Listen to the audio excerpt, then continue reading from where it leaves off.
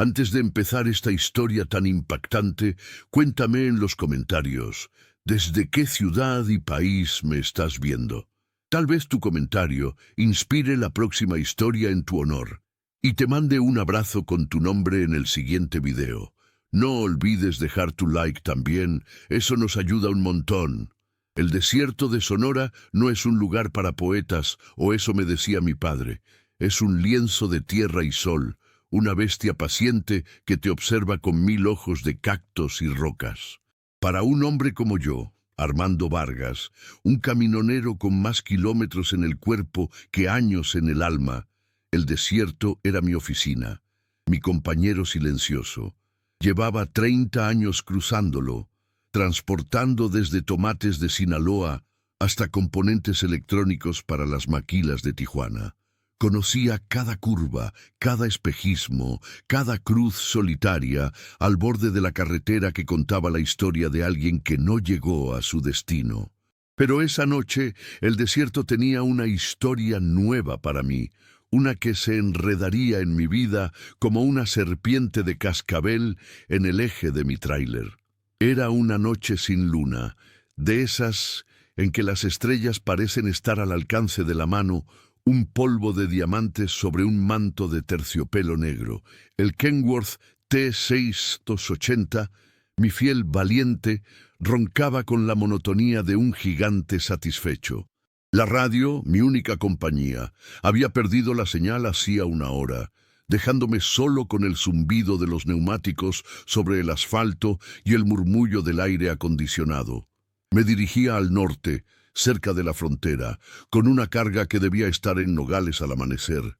El café en mi termo se había enfriado, pero el sueño no era un problema.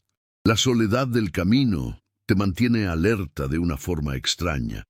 Te obliga a conversar contigo mismo, a desenterrar recuerdos, a hacer las paces con tus fantasmas. Y yo tenía varios. Pensaba en Isabela, mi hija, la luz de mis ojos.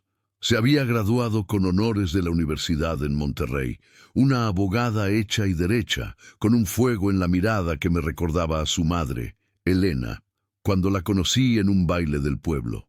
Isabela siempre me decía que debía retirarme, que ya había trabajado demasiado. «Apá, ya cuelga las yeras», me decía por teléfono, con esa mezcla de autoridad y cariño. «Vente a la casa a disfrutar de tus nietos». Pero yo no podía. El rancho, nuestra pequeña herencia en las afueras de Hermosillo, apenas daba para mantenerse. Mis manos estaban hechas para el volante, no para la quietud. Fue entonces cuando las vi. Al principio pensé que eran helicópteros militares.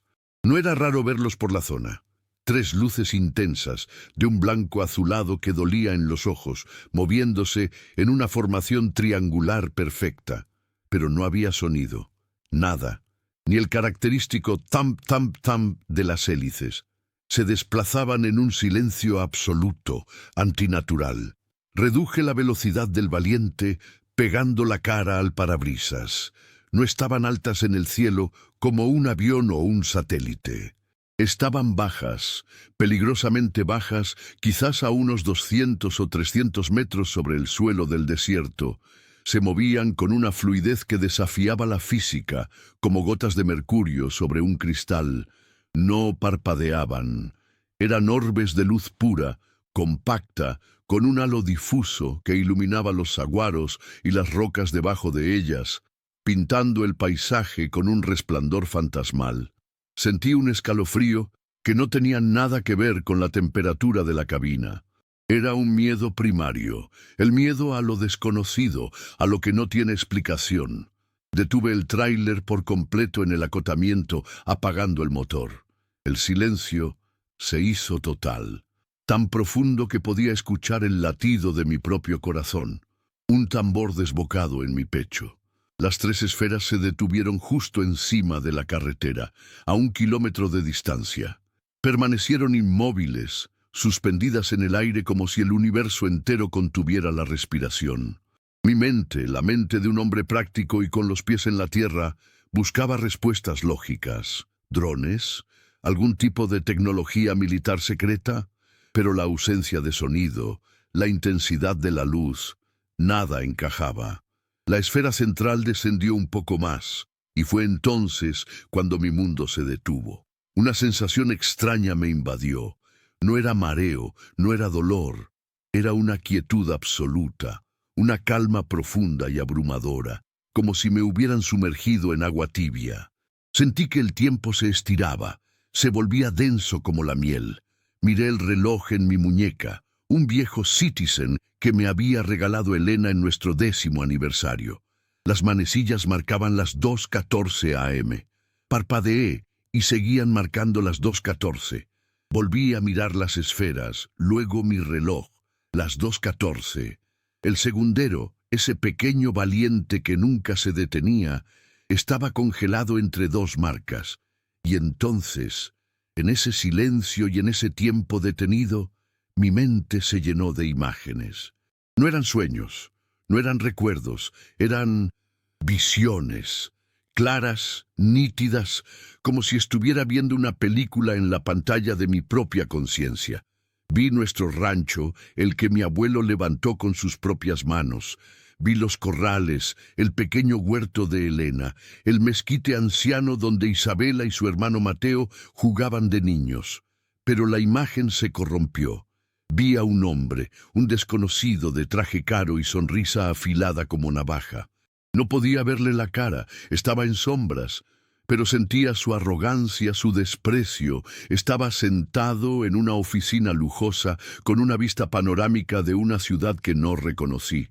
En su mano, una pluma elegante se deslizaba sobre un documento, y con cada trazo sentía una punzada de dolor, como si me estuvieran arrancando algo. Vi a Isabela, mi guerrera, con el rostro surcado por la preocupación, revisando una pila de papeles legales. Vi a Mateo, mi hijo, golpeando una pared con frustración. Vi a Elena, mi Elena, rezando con su rosario entre los dedos, sus ojos llenos de una tristeza que me partió el alma. La visión se intensificó. Vi bulldozers derribando la cerca de nuestro rancho. Vi el mezquite anciano caer con un crujido que resonó en mi espíritu, y sobre todo vi la risa silenciosa del hombre del traje, una risa que se burlaba de nuestra historia, de nuestro sudor, de nuestro amor por esa tierra. La angustia era tan real, tan física, que me quedé sin aire. Quería gritar, quería arrancar el motor y correr hacia ellos, protegerlos, pero estaba paralizado, atrapado en ese instante eterno. No sé cuánto duró aquello. La sensación fue de una eternidad y de un segundo al mismo tiempo. De repente, una de las esferas emitió un pulso de luz, no cegador, sino suave, cálido, y tan rápido como habían llegado, ascendieron en vertical a una velocidad imposible y desaparecieron en la negrura del cosmos. El sonido regresó de golpe. El zumbido de un insecto, el viento del desierto, el latido de mi corazón. Miré mi muñeca. El segundero de mi Citizen reanudó su marcha. La hora, 2:21 a.m., 7 minutos. Mi reloj, y probablemente el universo entero a mi alrededor, se había detenido por exactamente 7 minutos. Arranqué el motor del Valiente. Mis manos temblaban tanto que apenas podía sujetar la llave. Di la vuelta en la carretera desierta, una maniobra prohibida y peligrosa con un doble remolque. Pero no me importó. La carga en Nogales podía esperar. El diablo podía esperar. Algo me había hablado en el silencio del desierto, algo me había mostrado un futuro que se cernía sobre mi familia como una tormenta de arena. Y yo, Armando Vargas, un simple caminonero, iba a hacer todo lo que estuviera en mi poder para detenerla. Mientras conducía de regreso a Hermosillo, con el sol del amanecer tiñendo el cielo de naranja y púrpura, no podía quitarme de la cabeza la imagen de la sonrisa de ese hombre y el sonido de nuestro árbol cayendo. No sabía quién era, ni por qué quería nuestra tierra, pero sabía una cosa con una certeza que me helaba los huesos. La batalla más importante de mi vida no se libraría en la carretera, sino en el corazón de mi hogar. Y todo había comenzado con 3 esferas silenciosas y 7 minutos robados al tiempo. Llegué a casa cuando el sol ya estaba alto, quemando la tierra con su aliento de fuego. El valiente, cubierto de polvo y kilómetros, parecía un animal cansado después de una larga cacería. Al entrar, el olor a café de olla y a tortillas recién hechas me golpeó como una bendición. Elena estaba en la cocina, su cabello ya plateado en las sienes, recogido en una trenza. Se movía con la gracia y la eficiencia de quien ha comandado ese espacio por más de 40 años. Me miró con sorpresa. Armando, ¿qué haces aquí? ¿No deberías estar en Nogales? Su voz era una mezcla de preocupación y alivio. Dejé mi maleta en el suelo y me dejé caer en una de las sillas de madera del comedor. Estaba agotado, no tanto por el viaje, sino por el peso de lo que había visto, de lo que sentía.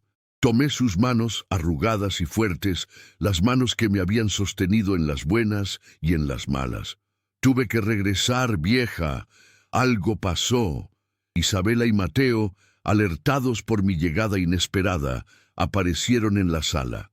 Isabela, con su porte de abogada, vestida con ropa casual, pero siempre con un aire de estar lista para entrar en una sala de juntas.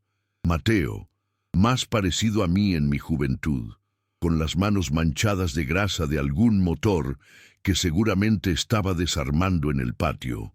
«¿Qué pasa, apá? ¿Todo bien con el camión?», preguntó Mateo, su preocupación siempre enfocada en lo mecánico, lo tangible.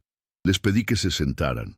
Elena me sirvió una taza de café, sus ojos fijos en mí, sabiendo que algo andaba muy mal. Y entonces, con la voz entrecortada al principio y luego con una urgencia febril, les conté todo. Les hablé de las 3 luces silenciosas, de su danza imposible sobre el desierto. Les describí la quietud, el silencio absoluto. Les mostré mi reloj. Se detuvo, ¿entienden? Por 7 minutos, las 2:14, congelado. Vi la incredulidad en los ojos de mis hijos.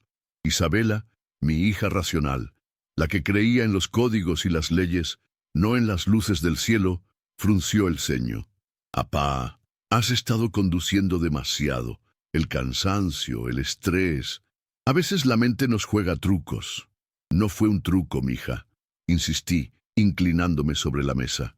«Fue tan real como tú y yo sentados aquí. Y lo que vi...» Les relaté la visión. El hombre del traje, la oficina de lujo, los bulldozers derribando nuestra historia. La describí con tal detalle, con tal emoción, que la cocina pareció enfriarse. Les hablé del dolor que sentí, de la impotencia. Cuando terminé, el silencio se apoderó de la habitación. Elena se santiguó, murmurando una oración. Mateo se rascaba la nuca, incómodo. Fue Isabela quien rompió el silencio. «Apá, con todo respeto, eso suena a una película de ciencia ficción. Entiendo que estés preocupado por nosotros, por el rancho, pero no podemos tomar decisiones basadas en un sueño, por muy vívido que haya sido».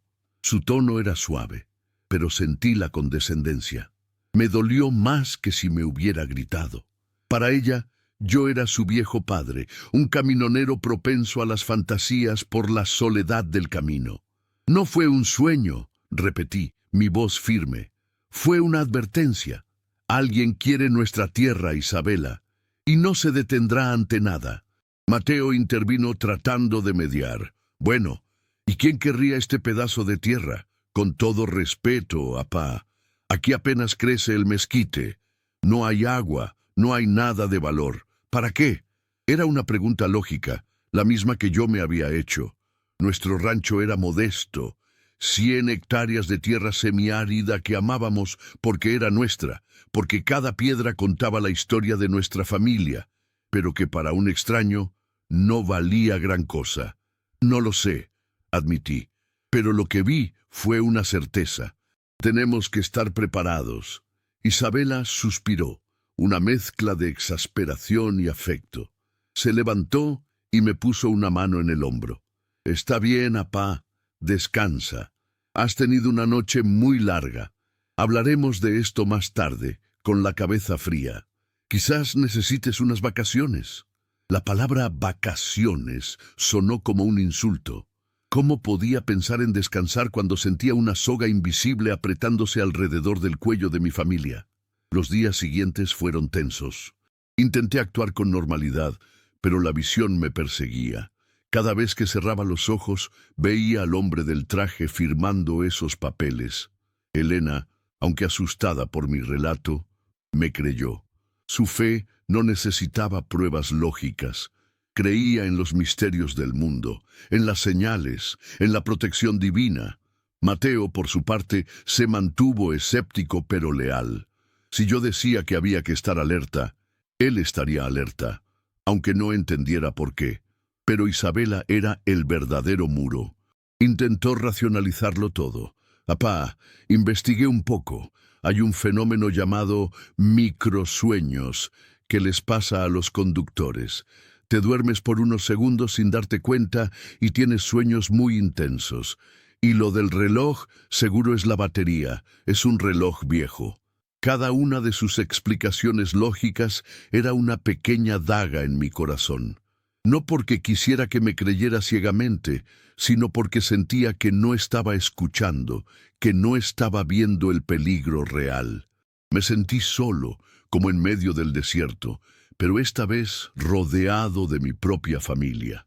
La frustración crecía en mí. ¿Cómo podía hacerles entender? Yo no era un hombre de palabras elocuentes, era un hombre de acción.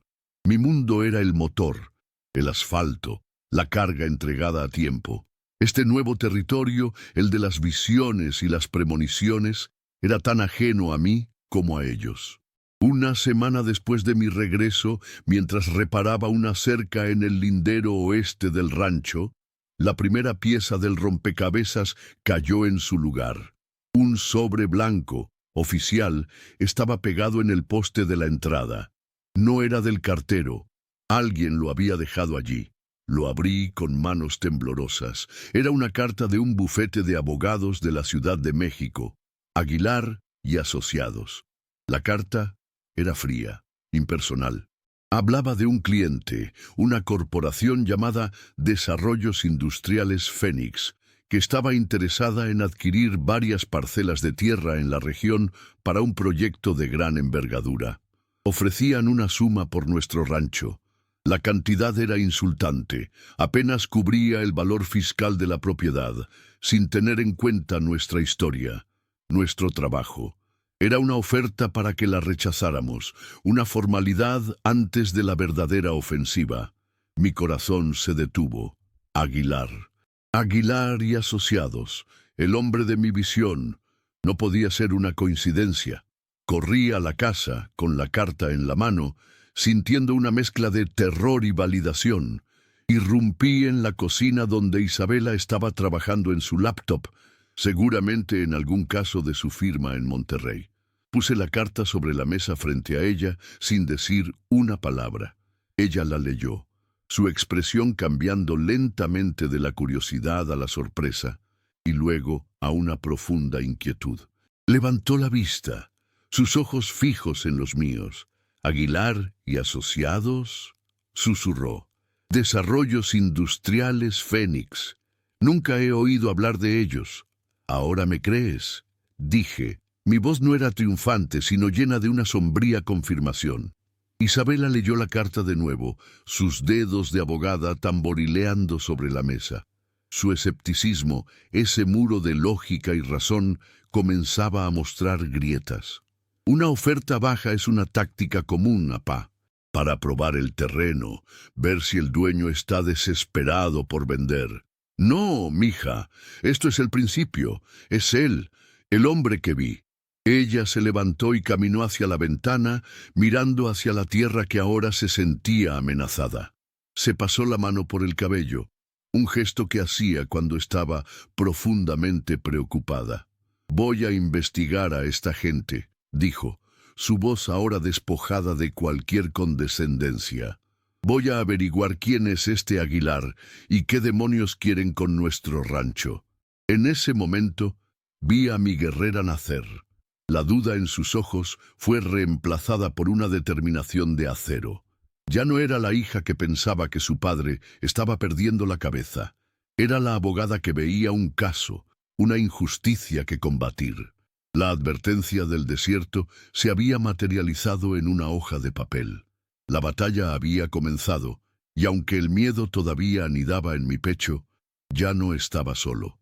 Tenía a mi hija a mi lado, y sabía que con su inteligencia y mi extraña y aterradora premonición, tendríamos una oportunidad de luchar. El hombre del traje aún no tenía rostro, pero ya tenía un nombre: Aguilar. Y nosotros, la familia Vargas, no íbamos a entregarle nuestro hogar sin pelear. La investigación de Isabela se convirtió en una obsesión. La mesa del comedor, antes el centro de nuestras vidas familiares, se transformó en un cuartel general improvisado, cubierto de documentos, mapas y la luz azulada de su laptop. Pasaba horas al teléfono, usando sus contactos en el mundo legal, navegando por bases de datos corporativas y registros públicos. Su escepticismo se había evaporado, reemplazado por una fría y metódica furia. Mateo y yo la observábamos, a veces en silencio, a veces ofreciendo ayuda que ella, inmersa en su mundo de leyes y finanzas, apenas registraba. Elena se aseguraba de que comiera, poniéndole un plato de comida al lado de la computadora, un gesto de amor maternal en medio de la guerra que se avecinaba.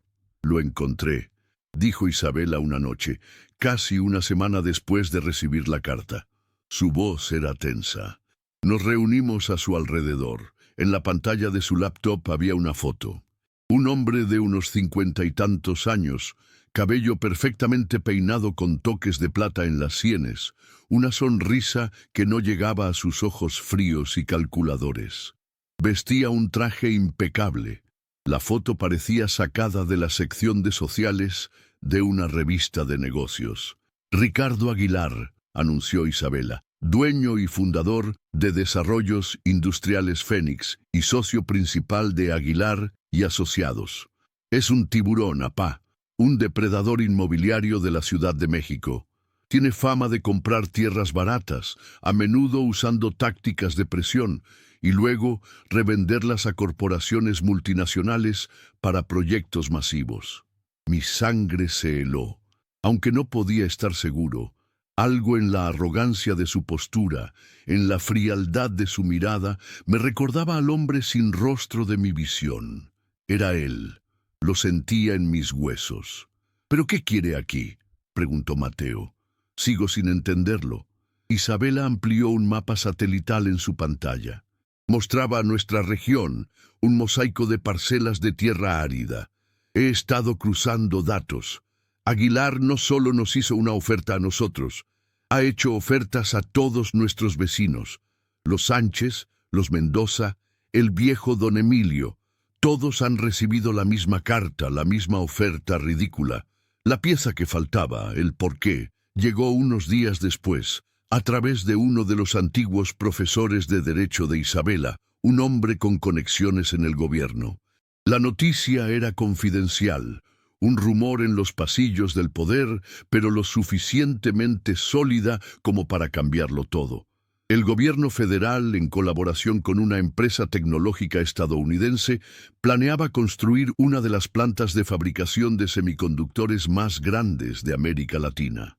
Y el lugar elegido, por su proximidad a la frontera y su geografía estable, era precisamente nuestra zona. Nuestro pedazo de tierra inútil estaba a punto de convertirse en oro. No se trata de la tierra en sí, se trata de lo que van a construir sobre ella, explicó Isabela, su rostro sombrío. Aguilar lo sabe. De alguna manera tuvo acceso a información privilegiada. Está tratando de comprar todo a precio de ganga antes de que se haga el anuncio oficial. Luego venderá el paquete completo al consorcio por 100, quizás 1000 veces lo que pagó. Es el negocio de su vida. «¡Ese cabrón!», masculló Mateo, apretando los puños. Ahora todo tenía sentido. La visión, la urgencia, la amenaza. No éramos un objetivo al azar, éramos un obstáculo en el camino de una fortuna multimillonaria. Decidimos que Isabela sería nuestra representante. Redactó una respuesta formal y cortés a Aguilar y Asociados, rechazando su oferta y declarando que la propiedad no estaba a la venta. Hicimos lo mismo con nuestros vecinos, alertándolos del verdadero valor de sus tierras y de las intenciones de Aguilar. La mayoría, gente humilde y trabajadora como nosotros, nos escuchó. Formamos un frente común. La respuesta de Aguilar no se hizo esperar. Esta vez no fue una carta, sino una visita. 2 hombres con trajes negros y aspecto de guardaespaldas llegaron en una Suburban del año, levantando una nube de polvo que pareció un mal presagio. No pidieron permiso para entrar, simplemente se plantaron en nuestro porche. «El señor Aguilar está en la ciudad», dijo el más alto, sin siquiera presentarse. «Le gustaría reunirse con la señorita Vargas. Mañana a las 10 en el Hotel Lucerna». No era una invitación, era una citación. Isabela, sin inmutarse, aceptó con una frialdad que me llenó de orgullo. «Allí estaré». Al día siguiente la acompañé. No iba a dejarla ir sola. Me puse mi mejor camisa, mientras ella eligió un traje sastre sencillo pero elegante. Parecía una guerrera preparándose para la batalla. El lobby del Hotel Lucerna era otro mundo. Mármol pulido, aire acondicionado helado, gente hablando en voz baja. Nos sentimos fuera de lugar, 2 campesinos en el Palacio del Rey. Ricardo Aguilar nos esperaba en una suite privada. La habitación era opulenta, con una vista de la ciudad que gritaba poder y dinero. Y allí estaba él, de pie junto a la ventana, exactamente como en la foto. Se dio la vuelta y nos sonrió. Esa misma sonrisa afilada. «Señorita Vargas, un placer. Y usted debe ser el patriarca», dijo, dirigiéndose a mí con una familiaridad condescendiente. Su traje probablemente costaba más de lo que yo ganaba en 6 meses. En su muñeca, un reloj de oro brillaba bajo la luz. Isabela fue directa al grano. «Señor Aguilar, le agradezco la reunión, pero nuestra posición es clara. La propiedad de mi familia no está en venta, y he aconsejado a mis vecinos que hagan lo mismo». Aguilar soltó una risita suave, como si escuchara un chiste infantil. Se sirvió un vaso de agua de una botella de cristal. «Mire, señorita Isabela, soy un hombre razonable. La oferta inicial fue una mera formalidad. Estoy dispuesto a duplicarla. Piénselo, sería más dinero del que su familia ha visto en generaciones. Podrían comprarse una casa bonita en la ciudad. Quizás su padre podría finalmente dejar de conducir ese camión destartalado». La mención de mi valiente fue una punzada directa. Este hombre había investigado sobre nosotros. Sabía cómo herir. «Mi padre ama su trabajo y nosotros amamos nuestra casa», respondió Isabela, su voz como el hielo. «El dinero no es el problema. Es una cuestión de principios». «Ah, los principios», suspiró Aguilar, sentándose en un lujoso sofá de cuero. «Los principios no pagan las facturas. Los principios no te compran una bolsa Chanel en Masaryk, ni te consiguen una cita en una clínica de prestigio en Houston si alguien se enferma. Yo estoy ofreciendo seguridad, una vida mejor». Ahí estaba la mención del lujo, del estilo de vida aspiracional que contrastaba brutalmente con nuestra realidad. Estaba tratando de tentarla, de mostrarle un mundo al que podría pertenecer si tan solo cedía. Pero subestimó a mi hija. «Nuestra vida es buena, señor Aguilar, y nuestra salud también, gracias», dijo ella. «Y preferimos la dignidad a una bolsa de marca». La sonrisa de Aguilar se desvaneció, reemplazada por una máscara de fría irritación. «Señorita Vargas, usted es una abogada inteligente. Debe entender la situación. El progreso es inevitable.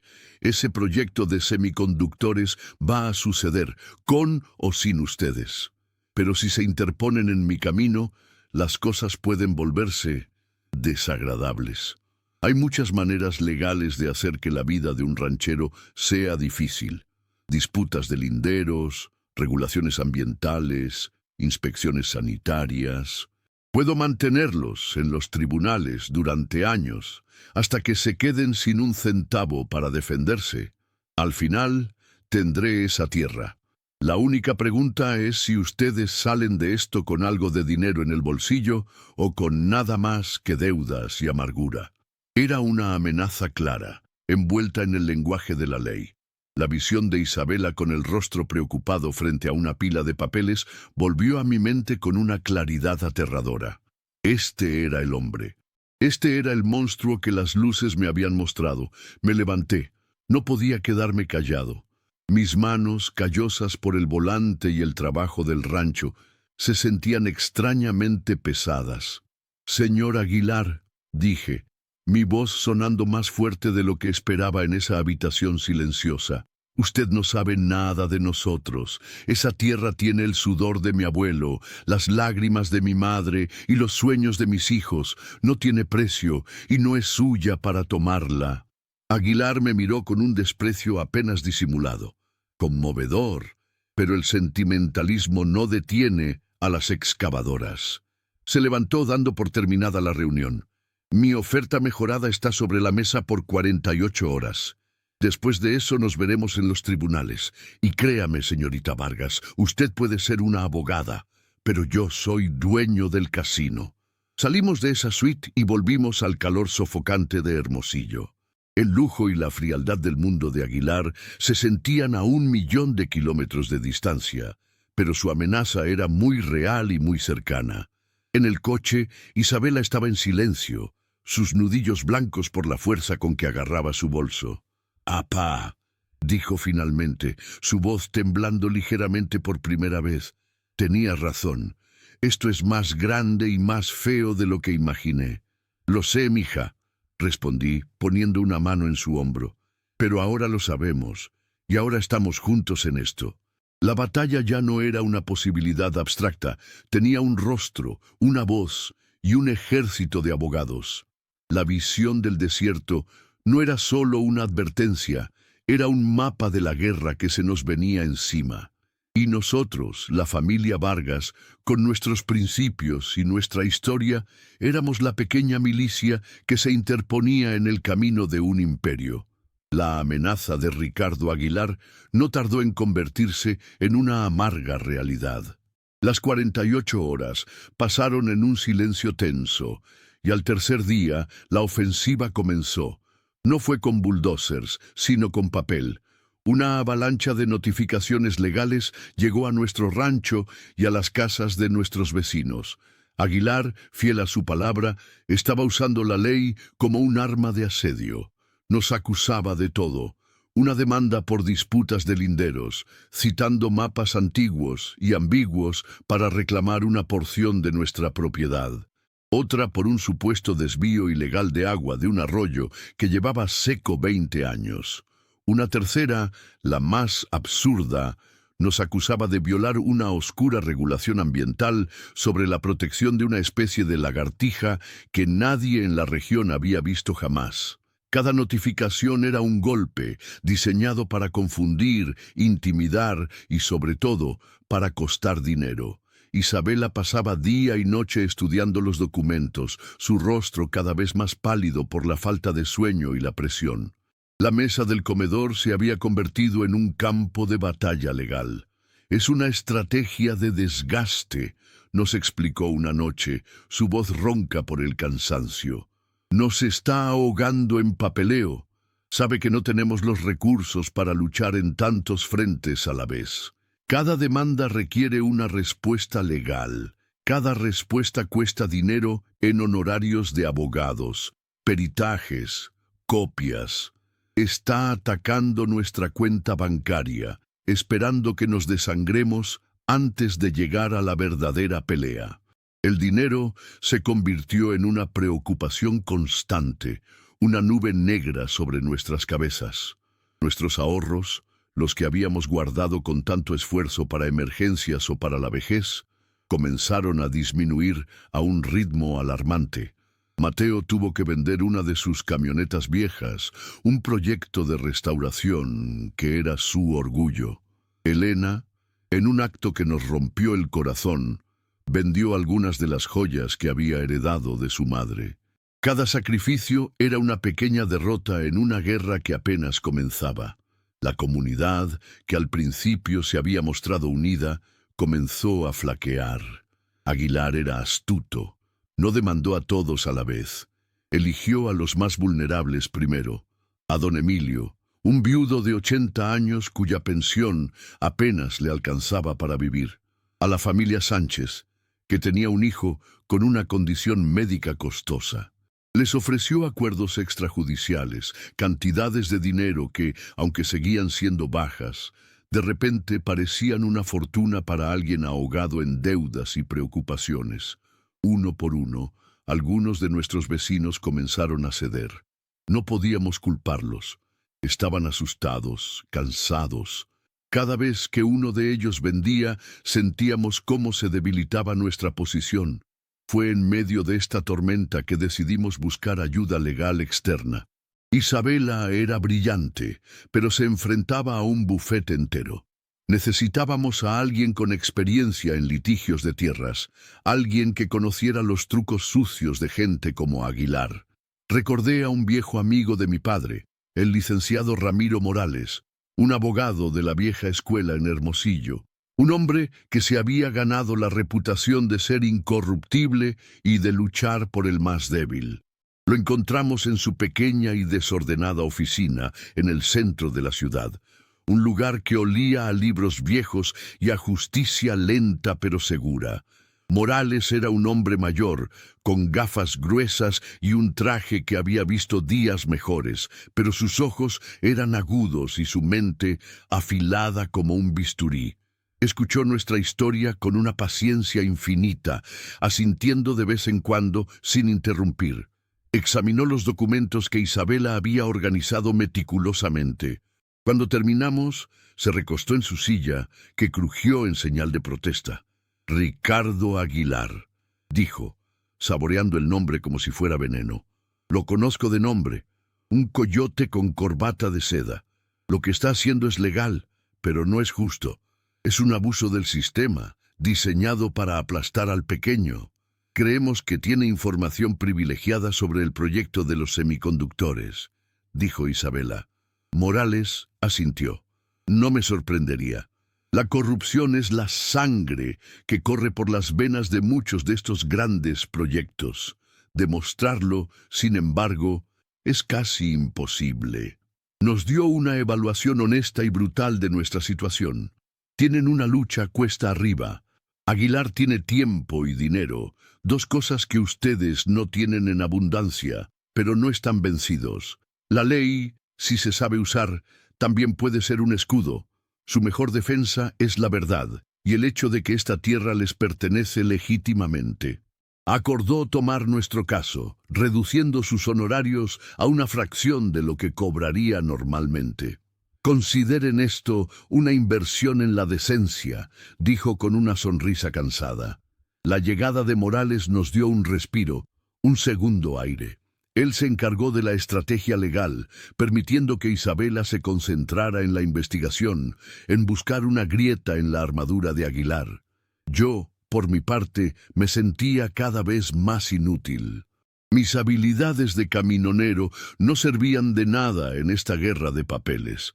Me encargaba del rancho, de mantener las cosas funcionando, pero mi mente estaba en otra parte. Volvía una y otra vez a la noche en el desierto. ¿Qué más había en esa visión que no recordaba? ¿Había alguna pista, algún detalle que hubiera pasado por alto? Pasaba horas sentado en el porche, mirando el horizonte, tratando de invocar de nuevo esa sensación de tiempo detenido, esa claridad sobrenatural. Un día, la presión financiera llegó a un punto crítico. Recibimos una notificación del banco. Aguilar, a través de una de sus demandas, había conseguido que un juez ordenara el bloqueo preventivo de nuestra principal cuenta bancaria. Alegaba que existía el riesgo de que disipáramos nuestros activos antes de que se resolvieran las disputas. Era una jugada maestra de crueldad. De la noche a la mañana nos quedamos sin acceso a nuestro propio dinero. No podíamos pagar las facturas, comprar víveres, ni siquiera pagarle al licenciado Morales. Esa noche, la desesperación se instaló en nuestra casa como un invitado no deseado. Mateo, frustrado e impotente, golpeó la pared del patio, dejando una abolladura en el adobe. «Nos están ahogando, apá. ¿Qué vamos a hacer?» Elena se refugió en sus oraciones, su rosario desgranándose entre sus dedos una y otra vez. Isabela, por primera vez, parecía derrotada. La vi sentada en la oscuridad del comedor, con la cabeza entre las manos. Me acerqué y me senté a su lado. «No podemos rendirnos ahora, mija», le dije en voz baja. «Rendirse es lo que él quiere». «Ya no sé qué hacer, apá», susurró su voz rota. «Se me acabaron las ideas, se nos acabó el dinero. Morales está trabajando gratis, pero no podemos pedirle eso para siempre. Aguilar ganó». En ese momento de oscuridad absoluta, algo dentro de mí se encendió. La imagen del hombre del traje riéndose en su oficina de lujo, la imagen de mi familia rota por la desesperación, y la imagen de las 3 esferas silenciosas observando desde arriba. No eran un presagio de fatalidad, eran una advertencia, sí, pero también eran algo más, eran un llamado a la acción, una prueba. Me levanté y encendí la luz. No, no ha ganado, todavía no. Fui a mi viejo baúl, el que guardaba mis recuerdos de toda una vida. Saqué una pequeña caja de metal. Dentro estaba mi liquidación de la primera empresa de transportes para la que trabajé, un dinero que había jurado no tocar nunca, que era para mi entierro, y junto a ella, un sobre con los ahorros que había juntado en secreto durante años, haciendo viajes extra, durmiendo en el camión para ahorrarme el hotel. Era el dinero para el por si acaso, para la emergencia que siempre rezas para que nunca llegue. Puse los sobres sobre la mesa. No es mucho, pero nos dará para aguantar un poco más. Para desbloquear la cuenta, para pagarle a Morales, para seguir peleando. Isabela me miró con los ojos llenos de lágrimas. ¿De dónde? Un camionero siempre tiene una reserva de emergencia, mija. Para una llanta ponchada, para un motor descompuesto o para un coyote con corbata. Ese pequeño acto de resistencia pareció cambiar el aire en la habitación. Mateo entró, vio los sobres y su expresión de furia se suavizó. Elena se acercó y nos abrazó a los 3. No éramos ricos, no teníamos el poder de Aguilar, pero éramos una familia, y esa noche, en medio del asedio, redescubrimos nuestra verdadera fortaleza. No estaba en el banco, estaba en nuestra unidad, en nuestra determinación de no dejarnos vencer. «Ok», dijo Isabela, secándose las lágrimas y enderezando la espalda. Su espíritu de lucha había regresado. «Ok, apá, vamos a usar este dinero con sabiduría y vamos a encontrar la manera de acabar con ese hombre. Tiene que tener un punto débil. Todo el mundo lo tiene». La guerra no había terminado. Habíamos perdido una batalla, pero no la guerra. Gracias a la reserva de un viejo camionero, teníamos suficiente combustible para seguir avanzando 1 kilómetro más, en el largo y oscuro camino hacia la justicia. La infusión de dinero, aunque modesta, nos dio el oxígeno que necesitábamos desesperadamente. El licenciado Morales, con renovado vigor, logró presentar un recurso de urgencia y tras una acalorada audiencia consiguió que el juez levantara el bloqueo de nuestra cuenta bancaria. Fue una pequeña victoria, pero nos supo a gloria. Nos demostró que no éramos impotentes, que el sistema, aunque lento y a menudo sesgado, a veces podía funcionar a favor de la justicia. Sin embargo, sabíamos que solo habíamos ganado tiempo. Aguilar no se detendría. Su estrategia de desgaste continuaría. Necesitábamos cambiar el juego. Necesitábamos pasar de la defensa al ataque. No podemos vencerlo en su terreno, que es el dinero, dijo Isabela durante una de nuestras sesiones de estrategia nocturnas. Tenemos que encontrar una debilidad que el dinero no pueda arreglar, una debilidad personal o una ilegalidad que haya cometido y que no pueda ocultar. La búsqueda se convirtió en la misión principal de Isabela. Se sumergió en las profundidades de Internet, investigando cada aspecto de la vida de Ricardo Aguilar y de su imperio. Rastreó sus negocios pasados, sus conexiones políticas, sus socios. Era como buscar una aguja en un pajar digital. Yo, mientras tanto, seguía obsesionado con mi visión. Había algo más. Estaba seguro. Un detalle que mi mente consciente había bloqueado. Me forzaba a revivir la escena una y otra vez. Las esferas, el silencio, el tiempo congelado, el hombre del traje, la pluma, los papeles, y entonces un recuerdo fragmentado emergió. En la visión, sobre el escritorio del hombre, junto a los documentos que firmaba, había algo más.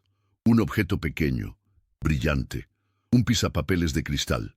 Y dentro del cristal, suspendido, había un logotipo. No podía recordarlo con claridad. Era un símbolo complejo, una especie de ave estilizada. Me concentré con todas mis fuerzas, dibujando en un trozo de papel lo que mi memoria me dictaba. Un ala, una curva. No tenía sentido. Frustrado, dejé el dibujo sobre la mesa. «¿Qué es eso, apá?», preguntó Isabela, mirando mi garabato. «No lo sé. Estaba en la visión, en el escritorio de ese hombre». Ella lo miró con curiosidad por un segundo y luego volvió a su pantalla, desestimándolo. Pero yo no podía. Sentía que era importante. Los días se convirtieron en semanas. La presión legal continuaba, pero gracias a Morales lográbamos mantenernos a flote, respondiendo a cada demanda, presentando nuestras propias mociones. La lucha nos estaba uniendo como familia de una manera que nunca antes habíamos experimentado. Mateo, que siempre había estado un poco a la sombra de su hermana, encontró su propio papel. Se convirtió en nuestro enlace con los vecinos. Iba de rancho en rancho, explicando en términos sencillos los avances legales, animando a la gente a resistir, organizando reuniones. Descubrió un talento para la comunicación y el liderazgo que no sabía que tenía. Una tarde, mientras Isabela estaba al teléfono con un contacto en el registro de la propiedad, la oí jadear. «Espera, ¿puedes repetirme ese nombre?». Anotó algo rápidamente. Cuando colgó, tenía una extraña expresión en su rostro, una mezcla de confusión y excitación. «Esto es raro», dijo. Estaba revisando las escrituras de las propiedades que Aguilar ya compró. Todas fueron transferidas a Desarrollos Industriales Fénix, como era de esperar.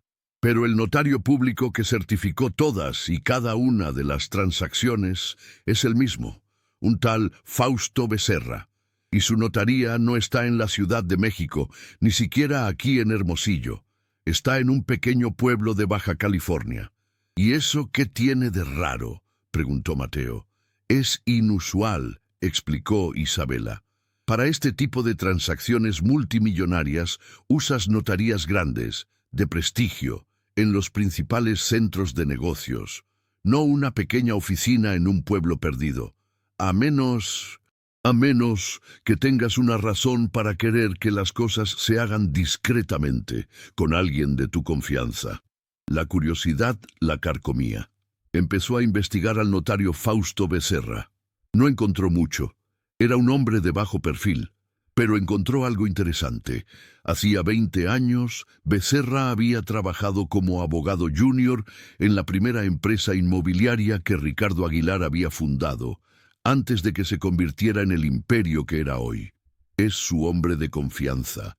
Su arreglador, concluyó Isabela. Si Aguilar ha hecho algo ilegal, este tipo lo sabe. O mejor aún, lo ha hecho por él. Pero era un callejón sin salida. Becerra estaba legalmente obligado por el secreto profesional. No hablaría. La frustración volvió a apoderarse de la habitación. Fue entonces cuando mi mente hizo una conexión. El garabato que había dibujado, el logotipo dentro del pisapapeles de mi visión. Lo tomé y se lo mostré a Isabela de nuevo. «Mija, mira esto de nuevo. Por favor». Ella lo tomó, esta vez con más atención. Lo giró, lo miró desde diferentes ángulos. «Parece un pájaro, apá, pero está mal dibujado». De repente se detuvo. Sus ojos se abrieron de par en par. Corrió a su laptop y buscó algo frenéticamente. Unos segundos después, giró la pantalla hacia nosotros. En ella, el logotipo de una empresa, Aeronáutica Orión. Se dedicaban a la fabricación de componentes para jets privados y helicópteros. El logotipo era un pájaro estilizado, casi idéntico a mi torpe dibujo. «Dios mío», susurró Isabela, «¿qué tiene que ver una empresa de aeronáutica con todo esto?» Empezó a cavar. Descubrió que Aeronáutica Orión había estado al borde de la quiebra hacía 5 años, pero fue rescatada en el último minuto por un inversor anónimo a través de una sociedad de cartera con sede en las Islas Caimán. Una sociedad fantasma imposible de rastrear. «Aguilar», dije, la certeza creciendo en mí.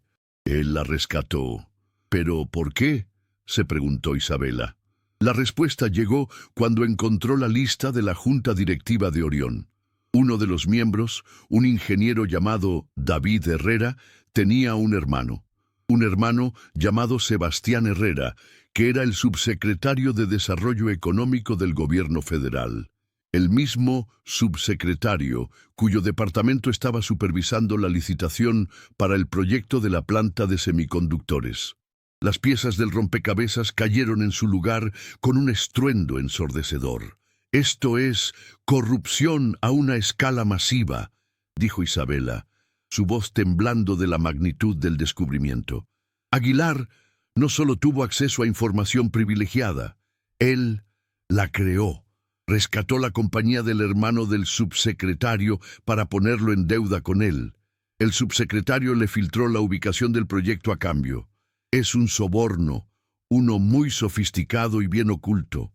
Era la grieta en la armadura que habíamos estado buscando. Era más grande y más sucia de lo que jamás hubiéramos imaginado, pero también era increíblemente difícil de probar. Todo era circunstancial. La sociedad fantasma en las Islas Caimán era un muro de ladrillo. Necesitábamos una prueba directa. Necesitábamos que alguien de dentro hablara. «¿El notario?», sugirió Mateo. «Fausto Becerra. Si él certificó transacciones falsas o estuvo involucrado en la creación de la sociedad fantasma, podría ser nuestra clave». «Pero no hablará», insistí yo. «Es leal a Aguilar». «Quizás», dijo Isabela, con una nueva luz en sus ojos, la luz de una cazadora que ha encontrado el rastro de su presa. «Pero todo el mundo tiene un precio o un punto de quiebre. El licenciado Morales tiene un amigo que es investigador privado, uno de los buenos. Quizás sea hora de averiguar si el leal Fausto Becerra tiene algún esqueleto en su propio armario». El ambiente en la casa cambió. La desesperación fue reemplazada por una adrenalina peligrosa. Habíamos pasado de ser las víctimas a ser los cazadores. Ya no se trataba solo de salvar nuestro rancho. Se trataba de exponer a un hombre corrupto y a un sistema que le permitía prosperar. Mi visión en el desierto no solo me había mostrado la amenaza, me había dado la clave para derrotarla. Un logotipo en un pisapapeles de cristal, un detalle olvidado que ahora se había convertido en nuestra arma más poderosa. La guerra había entrado en una nueva fase, una más oscura y peligrosa. Estábamos a punto de meternos con gente muy poderosa, pero por primera vez en mucho tiempo sentí una oleada de esperanza. El gigante tenía un talón de Aquiles, y nosotros acabábamos de encontrarlo. La decisión de investigar a Fausto Becerra nos llevó a un territorio moralmente gris. Contratamos al investigador privado recomendado por el licenciado Morales, un expolicía judicial llamado Suárez, un hombre discreto y eficiente cuyos métodos, sospechábamos, no siempre se adherían a la letra de la ley. «Quiero que encuentren algo que podamos usar para presionarlo», le instruyó Isabela, su voz firme, aunque pude notar una pizca de incomodidad. «Algo que lo convenza de que su lealtad a Ricardo Aguilar le costará más caro que su cooperación con nosotros». Era una táctica peligrosa. Estábamos jugando con el mismo fuego que Aguilar, usando la presión y el chantaje como herramientas. Vi la lucha interna en mi hija, la abogada que creía en la justicia y el debido proceso, ahora obligada a adoptar las tácticas del enemigo para sobrevivir. Suárez se fue a Baja California y durante 2 semanas el silencio fue absoluto. Continuamos nuestra batalla legal en Hermosillo, una guerra de trincheras llena de emociones y aplazamientos, mientras la sombra de la investigación de Suárez se cernía sobre nosotros. Fue un tiempo de gran ansiedad. ¿Y si no encontraba nada? ¿Y si Becerra era un hombre intachable? ¿Y si nos descubrían? Nuestra pequeña reserva de dinero se agotaba rápidamente. La tensión era palpable. Una noche, mientras cenábamos en un silencio tenso, Isabela se derrumbó. «No sé si esto es correcto, apá», dijo, apartando su plato. «Nos estamos convirtiendo en ellos. ¿Qué nos diferencia de Aguilar si usamos sus mismos métodos?» Puse mi mano sobre la suya. «La diferencia, mija, es el porqué. Él lo hace por codicia. Nosotros lo hacemos por justicia. A veces, para atrapar a una serpiente, tienes que bajar al pozo. Lo importante es no olvidar cómo salir». Mis palabras parecieron consolarla, pero la verdad es que yo también me sentía perdido. Este no era mi mundo. Mi mundo era de líneas claras en el asfalto, de destinos y horarios. Este nuevo mundo de sombras y secretos me resultaba ajeno y peligroso. Finalmente, Suárez llamó. «Lo tengo», dijo simplemente. Se reunió con nosotros en la oficina del licenciado Morales para asegurarse de que todo fuera confidencial. Lo que nos contó fue más sórdido de lo que habíamos imaginado.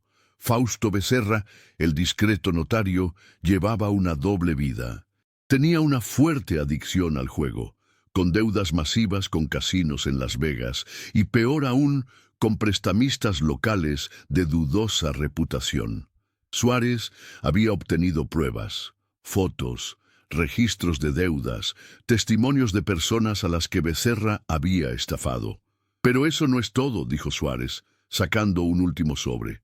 «La razón por la que Aguilar lo tiene tan controlado no es solo la deuda. Es esto». Nos mostró copias de transferencias bancarias. Durante años, Aguilar había estado pagando las deudas de juego de Becerra, pero no lo hacía por generosidad. Cada pago iba acompañado de una transacción paralela, la creación de empresas fantasma, la falsificación de firmas en documentos de fideicomisos, la certificación de actas de asamblea fraudulentas. Becerra no era solo el notario de Aguilar, era el arquitecto de su laberinto de corrupción. Y Aguilar tenía pruebas de cada uno de sus delitos. Era un chantaje mutuo, una simbiosis tóxica. «Si Becerra habla, se hunde a sí mismo», concluyó Suárez. «Pero si no habla, y nosotros filtramos esta información sobre sus deudas y estafas, su carrera está acabada de todos modos, y los prestamistas probablemente le romperán las piernas. Está atrapado». Ahora teníamos la palanca que necesitábamos. El plan era arriesgado. Isabela y el licenciado Morales volarían a Baja California para confrontar a Becerra. No lo amenazarían directamente, eso sería ilegal. En cambio, le presentarían un escenario. «Le mostraremos que sabemos todo», explicó Morales. «Le ofreceremos un trato, testificar contra Aguilar a cambio de protección y un acuerdo de indulgencia con la Fiscalía. La alternativa es que su mundo se derrumbe». La idea de que Isabela se enfrentara a un hombre tan desesperado me aterrorizaba. Insistí en ir con ellos.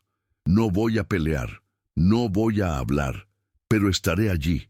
Necesitas que tu padre esté contigo», le dije. Ella, viendo la determinación en mis ojos, aceptó. El viaje en avión se sintió surrealista. Dejamos a Mateo a cargo del rancho y de mantener informados a los vecinos. Elena nos despidió con bendiciones y con el miedo visible en sus ojos. La oficina de Fausto Becerra era exactamente como Isabela la había descrito, pequeña, polvorienta, anónima. El propio Becerra era un hombre gris, de hombros caídos y una mirada perpetuamente nerviosa. Cuando nos vio entrar, a Isabela, a Morales y a mí, un viejo caminonero que no encajaba en absoluto, su rostro palideció. Isabela lideró la conversación con una calma y una autoridad que me llenaron de asombro. No levantó la voz. Simplemente expuso los hechos, uno tras otro, como si estuviera presentando un caso ante un juez. Habló de la planta de semiconductores, del subsecretario Sebastián Herrera, de Aeronáutica Orión y de la Sociedad Fantasma en las Islas Caimán.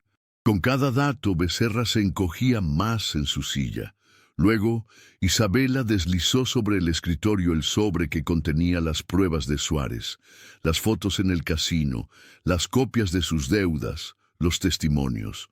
Becerra lo abrió y su rostro se descompuso. El poco color que le quedaba desapareció. Parecía un hombre mirando su propia sentencia de muerte. «Ricardo Aguilar lo va a destruir, señor Becerra», dijo Morales con voz suave. «Cuando este proyecto termine, usted será un cabo suelto». Y él no deja cabos sueltos. Lo usará y luego lo desechará. Probablemente ya tiene un plan para culparlo de todo si algo sale mal. Becerra empezó a sudar profusamente. Sus manos temblaban. «No sé de qué hablan», tartamudeó, pero su voz carecía de toda convicción. «Ustedes no tienen nada. No queremos destruirlo», intervino Isabela, su tono cambiando de acusatorio a casi compasivo. «Queremos destruir a Aguilar, y usted puede ayudarnos. Le ofrecemos una salida. Testifique. Entréguenos las pruebas documentales que sabemos que tiene, las que lo conectan directamente con el soborno y el fraude. A cambio, negociaremos con la Fiscalía. Entrará en el programa de protección de testigos. Perderá su notaría, sí, pero salvará su vida y evitará la cárcel». Fue en ese momento que decidí hablar. Mi voz, la de un simple hombre de campo, sonó extraña en esa oficina llena de tensiones legales. Miré a Becerra directamente a los ojos. «Señor», le dije, «yo soy solo un caminonero. Hace unas semanas vi algo en el desierto, algo que no puedo explicar. Me mostró el futuro, me mostró a un hombre como usted, atrapado, asustado, y me mostró a mi familia perdiéndolo todo por la codicia de un solo hombre. Usted tiene la oportunidad de cambiar ese futuro, de hacer lo correcto, quizás por primera vez en mucho tiempo. Piense en su familia, piense en su alma». No sé si fueron las palabras de Isabela, la lógica de Morales o mi extraña confesión, pero algo en Fausto Becerra se rompió. Se cubrió el rostro con las manos y comenzó a sollozar, un llanto seco y amargo de un hombre que ha perdido el rumbo. «Él me tiene», susurró. «Tiene copias de todo. Si hablo, me destruirá». «Nosotros también las tenemos», mintió Isabela con una confianza absoluta. «La diferencia es que nosotros le ofrecemos una oportunidad de redención. Él solo le ofrece un abismo». La reunión terminó sin una respuesta clara. Dejamos a Becerra con nuestra oferta y un número de teléfono para que nos contactara. El vuelo de regreso fue el más largo de mi vida. Habíamos jugado nuestra carta más fuerte. Ahora solo podíamos esperar. Durante 3 días no hubo noticias. La tensión era insoportable. Empecé a pensar que habíamos fallado, que el miedo de Becerra a Aguilar era más fuerte que su instinto de supervivencia. Y entonces, en la 4ª noche, el teléfono de Isabela sonó. Era un número desconocido. «Diga». Hubo un silencio y luego una voz temblorosa al otro lado. «Soy yo, Fausto Becerra. Acepto. Les daré todo lo que necesitan». La sensación de alivio fue tan intensa que casi me caigo. Nos abrazamos los 4, Isabela, Mateo, Elena y yo, en medio de la sala. Lloramos, reímos. Habíamos acorralado a la serpiente. Fausto Becerra se convirtió en nuestra arma secreta. Siguiendo las instrucciones de Morales, recopiló en secreto todos los documentos que implicaban a Aguilar. Correos electrónicos, borradores de contratos, registros de transferencias a la Sociedad Fantasma, actas notariales que probaban el vínculo con Aeronáutica Orión y por ende con el soborno al subsecretario. La evidencia era abrumadora, irrefutable. Ya no era nuestra palabra contra la suya. Era un castillo de corrupción a punto de derrumbarse. El siguiente paso era decidir cómo usar esta bomba atómica. Podríamos ir directamente a la fiscalía, pero Aguilar tenía contactos. Podría enterrar el caso. Necesitábamos hacer esto público. Necesitábamos un escándalo tan grande que nadie pudiera ignorarlo. Hay una periodista de investigación en la Ciudad de México, dijo Isabela. Se llama Ana Lilia Pérez. Es famosa por no tenerle miedo a nadie. Si alguien puede llevar esta historia a la luz, es ella. Habíamos pasado de la defensa al ataque y ahora a la ofensiva final. Estábamos a punto de detonar una bomba en el corazón del poder político y empresarial de México. El camino había sido largo y oscuro, pero por primera vez veía la luz al final del túnel. Y todo, de alguna manera extraña e inexplicable, había comenzado con 7 minutos de tiempo perdido en la inmensidad del desierto de Sonora. El plan para contactar a la periodista Ana Lilia Pérez era delicado. No podíamos simplemente llamarla. Las comunicaciones de Aguilar seguramente estaban monitoreando las nuestras. Cualquier movimiento en falso podría alertarlo y darle tiempo para destruir pruebas, o peor aún, para silenciar a Fausto Becerra. Decidimos usar métodos de la vieja escuela. Le pedí un favor a un viejo compadre, un colega camionero de confianza que iba a la Ciudad de México. Le di un sobre sellado que contenía una carta escrita a mano por Isabela y una memoria USB encriptada con un resumen de las pruebas. La carta era vaga. Hablaba de un caso de corrupción masiva que involucraba a figuras de alto nivel y le pedía a la periodista una reunión secreta, dándole instrucciones complejas para responder si estaba interesada. Era un tiro en la oscuridad. Confiábamos en su reputación, pero no teníamos garantía de que nos tomara en serio. Mientras esperábamos, la vida en el rancho adquirió una cualidad surrealista. Por fuera, todo parecía normal. Yo reparaba las cercas. Mateo cuidaba del poco ganado que teníamos. Elena atendía su huerto. Pero por dentro, vivíamos en un estado de alerta máxima. Cada coche que pasaba por el camino de tierra nos hacía saltar. Cada llamada de un número desconocido nos helaba la sangre. Becerra se había escondido, moviéndose entre casas de parientes lejanos, aterrorizado. Sabíamos que Aguilar, al no poder contactar a su notario, estaría sospechando. La presión era inmensa. Una tarde me encontré sentado bajo el viejo mezquite, el mismo que había visto caer en mi visión. Pasé la mano por su corteza rugosa, sintiendo su fuerza, su resiliencia. Había sobrevivido a sequías, a tormentas, a generaciones de mi familia. Se había convertido en un símbolo de nuestra propia lucha. Aguanta un poco más, viejo amigo, le susurré. Ya casi llegamos. La respuesta de Ana Lilia Pérez llegó una semana después, de la manera más inesperada. Un pequeño anuncio clasificado en un periódico nacional en la sección de mascotas perdidas. Busco a Justicia, un pastor alemán perdido en Sonora. Recompensa, llamar al... Y seguía un número. Era la señal que habíamos acordado. Isabela hizo la llamada desde un teléfono público en un pueblo vecino. La voz de la periodista era exactamente como la imaginábamos. Directa, sin rodeos, profesional. Acordaron una reunión en un lugar neutral y seguro, una pequeña cafetería en Querétaro. De nuevo, Isabela y yo hicimos el viaje. Esta vez, la sensación no era de miedo, sino de un propósito inminente.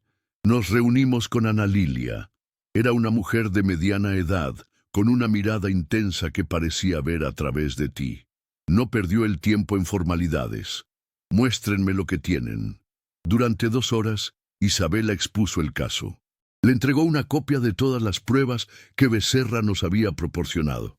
Ana Lilia escuchó en silencio, su rostro impasible, pero sus ojos brillaban con la intensidad de un depredador que ha encontrado su presa. Revisó los documentos, los correos, las transferencias. Su experiencia le permitió ver las conexiones, la profundidad de la podredumbre, incluso más rápido que nosotros. «Esto es dinamita», dijo finalmente, cerrando la carpeta. «Esto no solo derribará a Aguilar, podría costarle el puesto al subsecretario y sacudir al gobierno». Nos explicó su plan. No publicaría la historia de inmediato. Primero, su equipo verificaría cada dato, cada documento, de forma independiente. Contactarían a fuentes confidenciales dentro del gobierno y del sector financiero para corroborar la información. Cuando publiquemos, será una fortaleza inexpugnable. No dejaremos ni una sola grieta por la que puedan atacar nuestra credibilidad, afirmó. Pero necesito algo más. Necesito el testimonio de Becerra, grabado. Y necesito el testimonio de ustedes. La historia necesita un rostro humano, la historia de la familia que se atrevió a enfrentarse al gigante. Acordamos. La entrevista se llevó a cabo en secreto, en una casa de seguridad que la propia periodista consiguió. Por primera vez, conté mi historia completa, la de las esferas, la del reloj detenido. Dudé si incluir esa parte, temiendo que me hiciera parecer un loco y desacreditara el caso. Pero Ana Lilia me animó a contarla. «La gente necesita creer en algo, señor Vargas», me dijo. «Su historia, por extraña que parezca, es el origen de todo, es el corazón de esta lucha. Le da un toque de destino». Las siguientes semanas fueron una agonía de espera. Sabíamos que un ejército de periodistas estaba trabajando en las sombras, armando el rompecabezas. Mientras tanto, Aguilar, sintiendo que algo se movía, intensificó su presión. Presentó una nueva oleada de demandas, más agresivas esta vez. Contrató a matones locales para intimidar a nuestros vecinos, merodeando por sus propiedades, cortando cercas. Pero era demasiado tarde.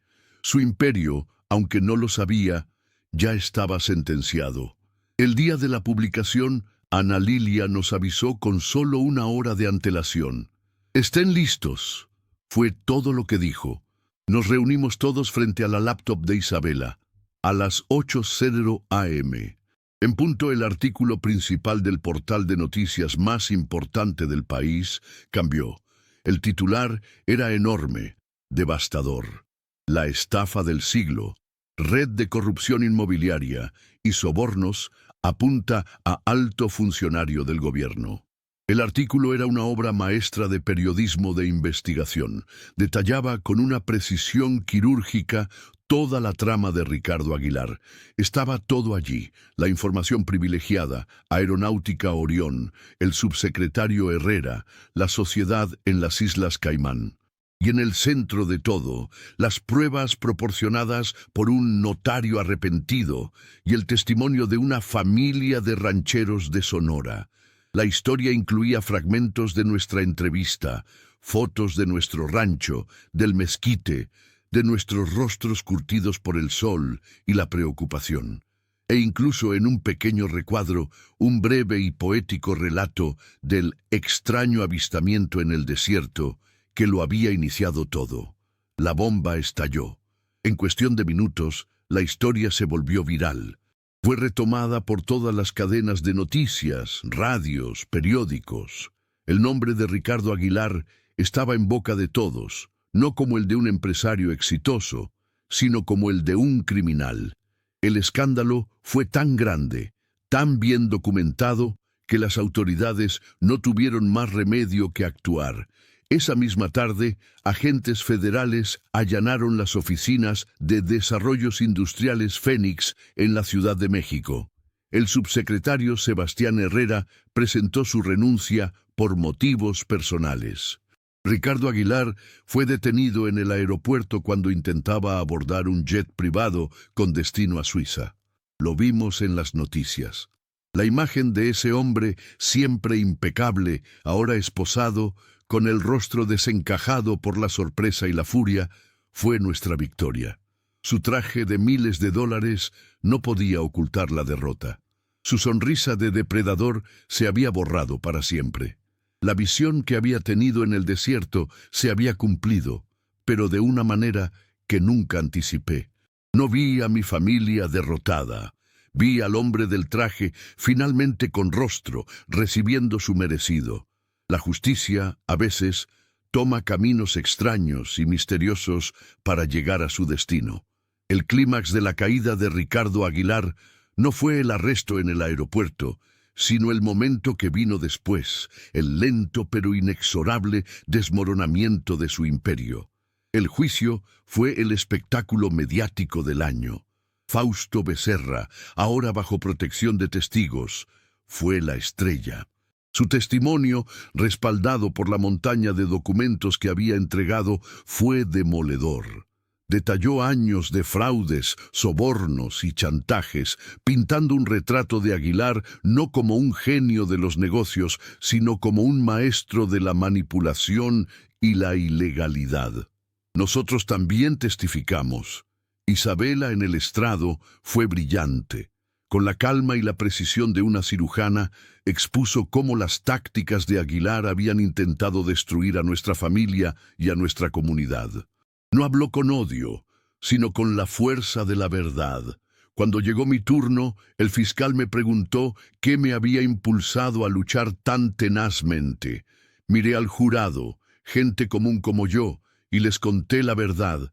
Les hablé de mi vida en la carretera, del amor por mi tierra, de la herencia de mis abuelos. Y luego con voz firme les hablé de la noche en el desierto. No les pido que me crean, les dije. No les pido que entiendan lo que vi, solo les pido que entiendan lo que sentí. Sentí una advertencia.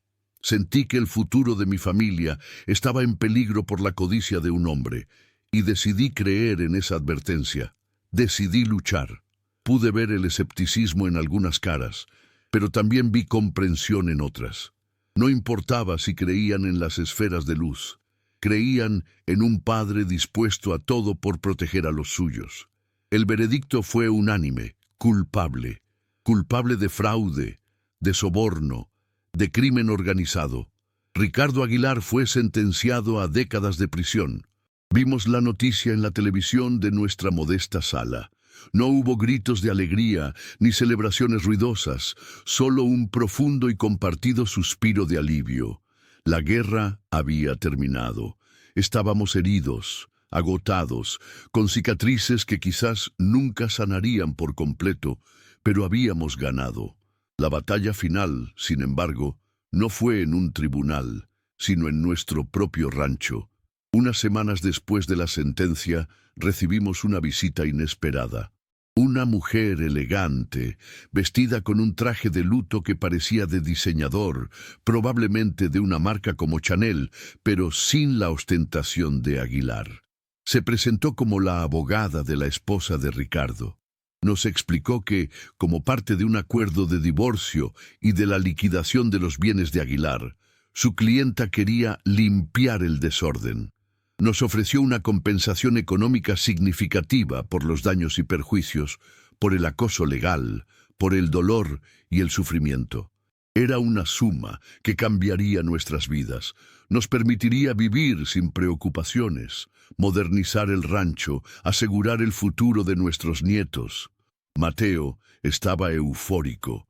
Elena, práctica como siempre, ya pensaba en las reparaciones que hacían falta en la casa. Pero Isabela y yo nos miramos. Sabíamos que había algo más que discutir. Esa noche, la familia se reunió bajo el mezquite. ¿Aceptamos el dinero?, preguntó Mateo, ansioso. Claro que lo aceptamos, dijo Elena. Es lo justo. Es lo que nos deben. Isabela, sin embargo, estaba en silencio. ¿Qué piensas, mija?, le pregunté. Pienso en lo que nos llevó a esta lucha, respondió ella, mirando las estrellas que empezaban a aparecer. No fue por dinero, fue por nuestra tierra, por nuestra dignidad. Si aceptamos ese dinero, ¿no estamos poniendo un precio a lo que dijimos que no lo tenía? Comprendí su dilema. Aceptar el dinero de Aguilar, incluso de su exesposa, se sentía como una contradicción. Pero entonces pensé en todo lo que habíamos pasado, en nuestros ahorros agotados, en las joyas de Elena, en la camioneta de Mateo. Pensé en el estrés, en las noches sin dormir. La dignidad no paga las facturas, dije, repitiendo las crueles palabras de Aguilar, pero dándoles un nuevo significado. Luchamos por nuestra dignidad y la ganamos. Este dinero no es el precio de nuestra tierra, es una restitución, es el reconocimiento de que nos hicieron un daño, es una herramienta, mija. Una herramienta para reconstruir, para fortalecer a nuestra comunidad, para ayudar a los Sánchez, a los Mendoza, para crear un fondo legal para que a nadie más en esta región le vuelva a pasar lo que nos pasó a nosotros. Mi hija me miró y vi en sus ojos que había entendido. El dinero no era el fin, era un medio para hacer el bien, para transformar una experiencia terrible en algo positivo. Aceptamos la compensación, pero no la usamos para comprar lujos ni para mudarnos a una casa en la ciudad. Usamos una parte para asegurar nuestro futuro, sí, pero la mayor parte la destinamos a crear una fundación comunitaria. Con la ayuda de Isabela y del licenciado Morales, ayudamos a nuestros vecinos a recuperar las pérdidas que habían sufrido.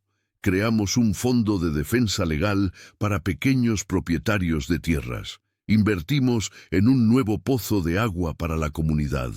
La caída de Aguilar se convirtió en el renacimiento de nuestra región. Un día, meses después, estaba yo en el porche, viendo a mis nietos jugar cerca del viejo mezquite. Isabela se sentó a mi lado. Había decidido dejar su prestigioso trabajo en Monterrey y abrir un pequeño bufete en Hermosillo dedicado a la justicia social. Mateo había iniciado un pequeño negocio de mecánica y le iba mejor que nunca. Elena era la tesorera de la fundación, más ocupada y feliz que nunca. «Sabes, papá», dijo Isabela, «he pensado mucho en esa noche tuya en el desierto». «¿Sí?», le pregunté. «Todavía no la entiendo.